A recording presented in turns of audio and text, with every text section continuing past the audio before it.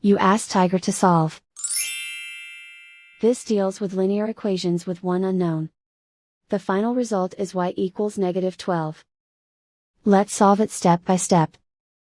Simplify the expression. Expand the parentheses. Simplify the arithmetic. Swap sides.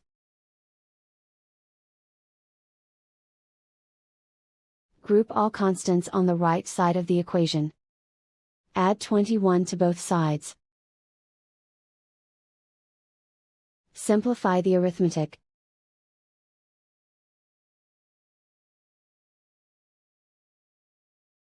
Isolate the y. Divide both sides by 3.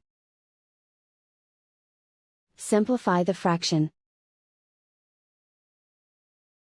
Find the greatest common factor of the numerator and denominator. Factor out and cancel the greatest common factor.